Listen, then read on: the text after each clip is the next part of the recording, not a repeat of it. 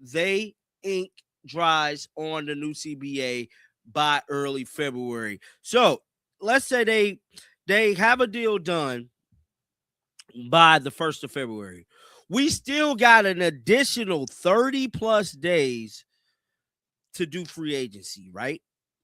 Now, this article is coming out right here, man. And it stated WNBA could be weeks away from delaying the season. So we know them schedules came out, dog. Them schedules. Breaking developments have emerged concerning the WNBA's off-season calendar, with Amy Costable from Front Office Sports providing crucial intelligence about anticipated free agency commencement. This information addresses what's become the predominant conversation surrounding the upcoming campaign. Where will players ultimately land? Those destination debates remain purely theoretical without a completed collective bargaining agreement serving as foundation. Costable's recent publication offers groundbreaking insights into the current landscape and projected scheduling. Multiple league sources communicating with Front Office Sports have characterized early March as the optimal timeframe for free agency's beginning. This projection operates under the assumption that CBA negotiations conclude by early February. Schedules came out, dog. Them schedules came out yesterday. Everybody got their schedules. Now, my personal opinion, I still don't believe it's going to be a lockout. I just wholeheartedly do not believe that. I believe that they're deal done, but I could be wrong. See, I'm afraid to admit, hey, y'all, I could be wrong. Now, with that being said, the article goes on to say that the WNBA wants everyone to believe the 2026 season will tip off on May the 8th. Now, May the 8th. Even assuming finalization arrives by February's first day, organizations would still confront more than 30 additional days before official roster building could commence. Costable's reporting simultaneously raises alarms about potential season postponement materializing within weeks. The league recently unveiled complete game schedules, providing every franchise with their full matchup calendar. Opinion varies regarding whether a work stoppage will actually manifest. Some maintain conviction that an agreement will eventually emerge, though acknowledging fallibility remains prudent. League representatives continue broadcasting May 8th as the campaign's opening date. Believe the 2026 season will tip off on May the 8th. Now, May the 8th is when the date's supposed to start. Now, I'm going to tell you, if free agency started in March, the season is not going to start May 8th. So that right there tells me ain't no ifs, ands, ain't no buts. The season ain't going to start in May. Because we still got to do free agency. Then we also got to remember there's a thing called training camp. Every team. That designated target represents the WNBA's officially stated ambition for launching competitive action. However, basic arithmetic challenges this projection's practicality. Should free agency fail to begin until March, expecting teams prepared for early May competition defies logical assessment. Several elements complicate this condensed framework. Free agency independently requires substantial windows for negotiations, contractual discussions, and player acquisitions to reach finalization. Additionally, training camps constitute mandatory preparation intervals where franchises condition athletes, install strategic frameworks on both offensive and defensive ends, and complete all foundational requirements before games commence. Then we also got to remember there's a thing called training camp. Every team got to have training camp, bro, to prepare for the season. That's weight room. That's running the offense, defense that you're going to run. That's pretty much all the essential things you need to get ready for the 2026 season. Now, as of Friday, right, the Players Union was still waiting on a response from the league to propose to the proposal that they sent over a month ago. Now, multiple sources told Front. By Friday's conclusion, the Players Association remained anticipating the league's counter-response to comprehensive proposals submitted over 30 days previously. Various sources have confirmed the association pursues a 30% portion of gross league revenue paired with a salary cap positioned around $10 million. These specific details have resurfaced repeatedly throughout recent media coverage, with outlets essentially recycling identical content every several days. Proposed Supermax agreements would climb to $249,000 under these parameters, while baseline salaries would initiate at $66,000. These figures have circulated extensively across numerous reports previously. Analyzing specific team calendars shows Las Vegas presently slated to host their season debut against Phoenix on May 8th, subsequently embarking on a 4-contest road sequence. To the proposal that they sent over a month ago. Now, multiple sources told Front Office Sport that the proposal the union is seeking a 30% share of the league gross revenue and a salary cap around $10 million, man. Everybody keep reporting. We already know this part, bro. Like, all they doing is copying and pasting the same articles, bro, every couple of days, man. Now, the Supermax will go up to 249. The minimum was 66,000. That's all. It's all the same stuff. Now, it goes on to say, somebody better start talking right now before. Previous analysis emphasized Indiana's calendar appearing particularly demanding, but examination reveals numerous franchises confronting similarly challenging stretches. While nobody faces more consecutive matchups than Clark and the Fever, other prominent organizations including the Aces and Liberty also navigate substantial away periods, presumably reflecting their heightened popularity and attendance appeal. Los Angeles holds the season's inaugural back-to-back games scheduled for opening weekend on May 10th. The original CBA negotiation deadline lapsed on January 9th without producing resolution, marking the second delay beyond the initial bargaining timeframe. Currently, no framework exists for a third extension interval. Goes on to say, somebody better start talking right now before I start screaming. Wilson, Las Vegas Aces are currently scheduled to start the 2026 season at home with the final rematch against the Phoenix Mercury on May the 8th before embarking on a 4-game road trip. So now I know we made a video yesterday about the Fever and stuff like that being targeted, but to me, it looked like a lot of these teams. Now no one's playing more back-to-backs. Caleb Clark and the Fever. I just got to be honest there. But the Players Association has recommended eliminating certain contractual restrictions, though the league hasn't exhibited openness toward these proposals. Multiple sources uniformly characterize early March as the most plausible launching point for free agency, contingent upon CBA ratification by early February. This structure would designate February's remainder for coordinating and implementing expansion draft mechanics. Under typical circumstances, free agency initiates in early January, with major signings customarily finalized by early February. Applying that standard template to current realities suggests an early March commencement would supply teams sufficient runway for assembling rosters before training operations begin on April 19th. Fever, I just got to be honest there. But the Aces, the Fever, and the Liberty will have road trips. I think they will have road trips just on the strength of them being the most popular teams.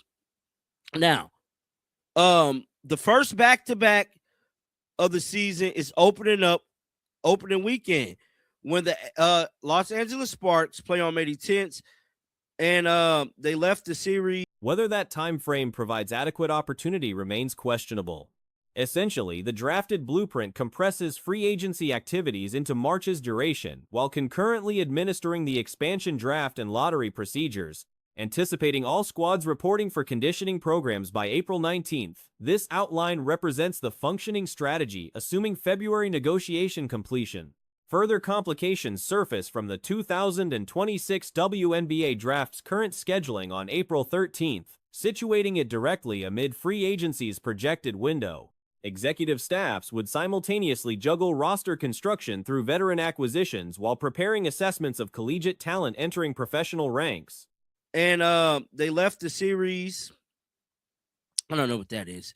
Let's read the second paragraph. It says the second extension of the original 31 CBA deadline on January 9th, with no deal reached to no agreement to a third negotiation or third extension. Man, where the part at about free agency, bro? Because I'm tired of reading all the same stuff. All these articles be all the same stuff. Now, what's that? The union is proposing eliminating the destination, although the calendar appears extraordinarily tight. Whether organizations can successfully orchestrate training preparations, free agency negotiations, and draft operations concurrently generates legitimate concerns. While a work stoppage seems unlikely, meeting the May 8th launch under these constraints appears increasingly problematic. A postponement spanning 2 to 3 weeks seems more credible, assuming CBA finalization by February's opening. Rushing through these critical procedures rarely generates optimal results. And that is Sophie Cunningham. Now, if you don't know, a lot of people have been insinuating that the Fever may be moving on from Sophie Cunningham, or Sophie Cunningham may be wanting to move on for the Fever. But whatever the case may be, all of the debates, all of the rumors and speculation, that's over with, bruh. That is over with, because I'm here to tell you, late last night, Sophie Cunningham sent Caitlin Clark a powerful message, and she let it be known that she actually wanted to return being Caitlin Clark's teammate for the 2000. Hasty preparations frequently manufacture complications, potentially creating a chaotic season launch characterized by players uncertain about their situations, teams lacking cohesion, and rosters continuing evolution. Consider the logistical complications. Newly signed players joining franchises would possess approximately 3 weeks for acclimation with existing teammates. Conditioning programs would coincide with draft preparations.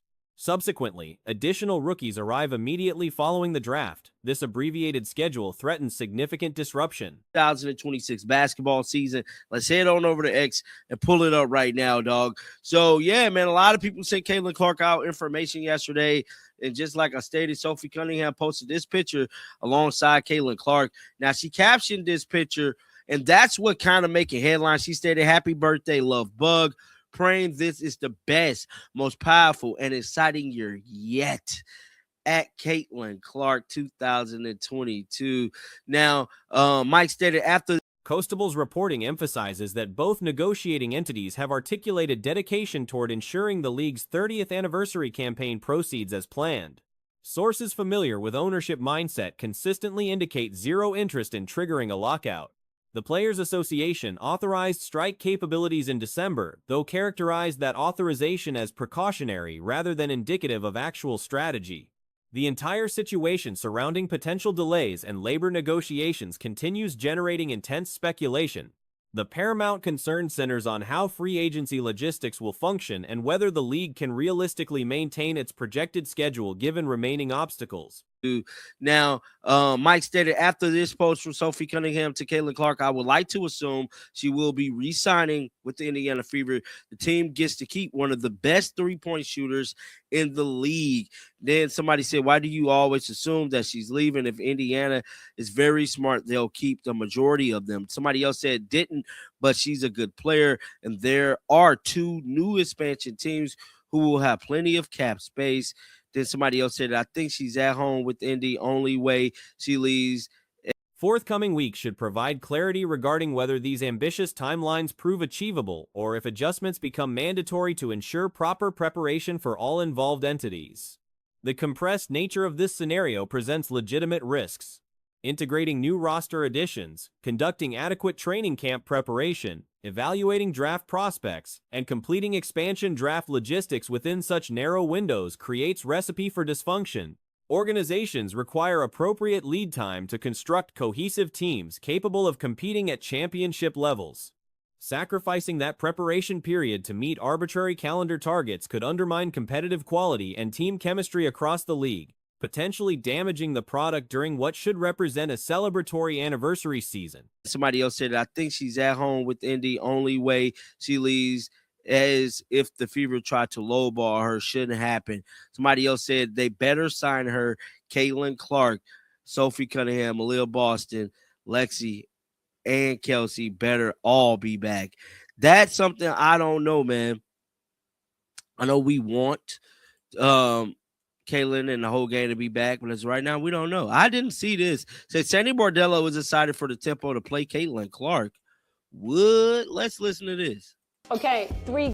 Sophie Cunningham has seemingly communicated to Caitlin Clark her plans to remain with the Fever for the 2026 basketball campaign.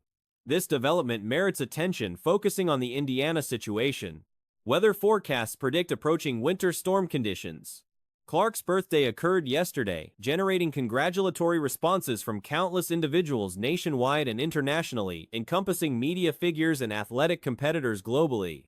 Among these celebratory acknowledgments, one particular greeting attracted substantially greater notice than alternatives: Sophie Cunningham's contribution. Okay, 3 games that I'm really excited and looking forward to taking the tempo to play is number 1, Phoenix, for obvious reasons.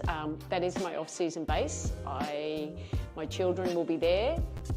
All my friends are there. I coach there. I won a championship there for 8 years, so that's always a fun city to visit and play a basketball game. New York, that was where I coached before I came to the tempo, and just to obviously. Widespread conjecture has circulated proposing the Fever might discontinue Cunningham's association, or conversely that Cunningham herself seeks departure from the franchise. Regardless of circumstances fueling these arguments and unverified reports, such discussions now seem resolved. Late yesterday evening, Cunningham transmitted a meaningful communication to Clark, demonstrating her aspiration to continue as Clark's teammate for the approaching 2026 basketball season. Clark received countless birthday recognitions yesterday. As mentioned earlier, Cunningham distributed a photograph depicting both competitors together. Came to the tempo and just to obviously see the fans again. It's a really great arena to play in and see the former players that I coached there. That will be special. And then I have Indiana because everyone loves to play against Caitlin Clark, and I think they've got such a big following in this league too. So, you know, our players to go into a very loud arena, I think that will be fun. Okay, 3 games that I'm really excited and looking forward to. So that was Sandy Bardello speaking about potentially playing Caitlin Clark for the 2026 season and returning back to New York. The supplementary text generated media attention, reading, "Happy birthday, love bug." Praying this is the best, most powerful, and exciting year yet at Caitlin Clark 2022. Following Cunningham's social platform post addressed to Clark, one commentator proposed this indicates probable contract continuation with Indiana. The franchise would preserve one of the league's foremost long-range shooting experts. Multiple reactions surfaced, challenging presumptions about potential departure when Indiana's prudent leadership would reasonably retain majority roster constituents. Others acknowledged Cunningham's capabilities while referencing 2 expansion organizations possessing considerable salary cap resources. Speaking about potentially playing Caitlin Clark for the 2026 season and returning back to New York, that should be a sight to see. Now, something else that caught headlines last night was Aaliyah Boston and Lisa Bluter on a panel together, bro. Speaking about Caitlin Clark and her birthday, let's give it a listen. What's interesting about you both now is you have a connective thread, one of the most transcendent players in the history of women's basketball, and Caitlin Clark. And it's her birthday today. You guys both shouted her out. Yes, that's my Coach girl. Bluter and Aaliyah. Yeah, you can see on the right-hand side of your screen from Coach, and then Aaliyah doing a matchup of pictures, which is really. Further commentary indicated Cunningham appears comfortable in Indiana, with separation only materializing if the franchise attempted inadequate compensation offers, which appears improbable. Additional remarks stressed importance of maintaining Clark, Cunningham, Aaliyah Boston, Lexi Hull, and Kelsey Mitchell collectively. Ambiguity persists regarding these roster aspirations. Preference for Clark and the complete group returning continues, though present conditions offer no verification. Supplementary material surfaced featuring Stephanie White articulating anticipation about coaching matchups against Clark during forthcoming competition. Matchup of pictures, which is really sweet. I love this for you guys because you guys are both still really close. Obviously, Aaliyah as a current teammate, but how close are you still, Coach, to Caitlin? Oh, I talk to her quite often. You know, I follow all of her successes and everything. I just always want to be in her camp and support her. I have so much admiration for her, for what she has really not only just accomplished, but what she's handled in her young 24 years of life. I told her today, your 20s have been pretty good to you. I would say so. White specified 3 especially awaited encounters. Phoenix, considering her seasonal residence location there, where her offspring will attend contests alongside acquaintances, plus her instructional background, including an 8-year title tenure there, rendering visits meaningful. New York signifies her prior coaching destination before joining the Tempo franchise, providing chances to reconnect with enthusiasts in a superior arena setting and encounter previous competitors she instructed there. Indiana produces enthusiasm because everyone appreciates competing against Clark, considering her extensive following throughout the league, establishing chances for competitors to perform before exceptionally vocal arena environments. White's remarks about potentially confronting Clark during the 2026 season and revisiting New York indicate compelling matchups approaching. Another attention-capturing development yesterday involved Aaliyah Boston and Lisa Bluter participating on a panel collectively, addressing Clark and her birthday observance.